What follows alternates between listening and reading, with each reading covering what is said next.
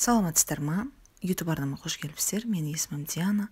Бүгінгі видеода біз осындай жұмсақ, дәмі өте керемет болатын тауықтың етін дайындаймыз. Алдымен тауығымызды алып, жуып шайып аламыз.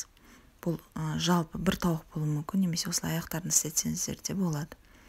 Дәл осыны видеодағыдай етіп, пышақпен арасына ашып аламыз. Себебі маринад ішіне тұздығы жақсы сіңуі қажет. Міне осылай пышақпен ашылған жерлерінің арасына сарымсағымызды салып шығамыз.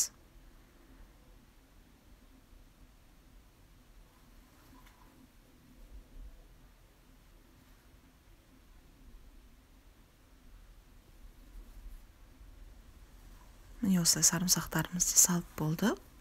Енді үстінен өсімдік майын құямыз. Менде шамамен 2-3 ас қасық өсімдік майын құйдым. Кейіннен тәтті бұрыш, қара бұрыш, куркума және айран және тұз қосып жақсылап араластырамыз. Міне осылай жақсылап араластырып алдық. Тұздығы сіңуі керек. Кемінде 2-3 сағатқа мұзды жерге қойып қоямыз. Тауығымыз дайын болғанша мен осылай картоппен араластырып істедім.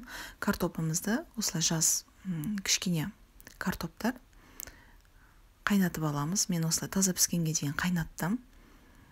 Пісерге бір 10 минут қалған кезде ішіне тұз және mesela райхан жапырағын қостым. Қаласаңыздар лавр жапырағын да қоссаңыздар болады. Міне енді 3 сағат шамасында өтті. Тауығымызды мен листке жайып алдым.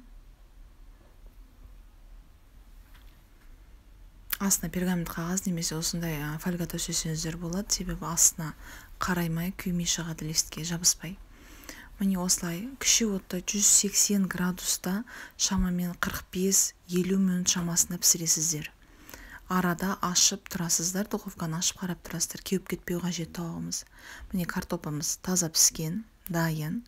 Бұл картопты жай ғана алып бірден қуырып, қызартып қуырсам болар еді, бірақ мен қайнатып істеттім, себебі арасына тұзы жақсы, арасына сіңуі қажет. Кейіннен тәпемізді жақсылап қыздырып алдым. 50 мл өсімдік майын салып, картопымызды жан-жағынан қуырып аламыз, қызартып. Міне осылай қуырамыз, қызартып. Жоғары отта қуырбасаңыздар болады. Майды көп қосқан жоқпын, байқан болсаңыздар, аздау май құйып, сол майды қуырып алдым.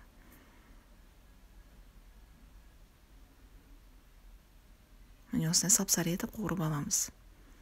Міне бізде 30 минут өтті. 30 минуттен соң шанышқымен алып, етіміздің үстін бір-бір басып шығамыз. Кейіннен тағы да 20 минут пісірді. Міне тауығымыз дайын, өте жұмсақ, дәмді тауығымыз осылай дайын. Дастарханға тартсаңыздар болады.